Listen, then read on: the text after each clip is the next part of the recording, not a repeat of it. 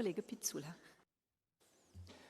Thank you, Madam Chair. Dear colleagues, I welcome the proposal to strengthen European Union defence capabilities with ReArm Europe, and I call on Member States to proceed forward.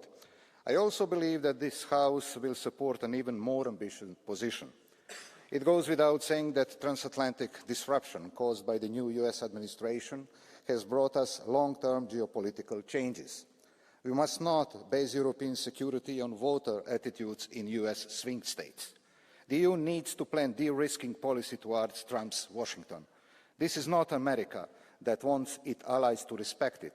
This is an America that wants its allies to fear it. Europe must make some historical and responsible steps ahead.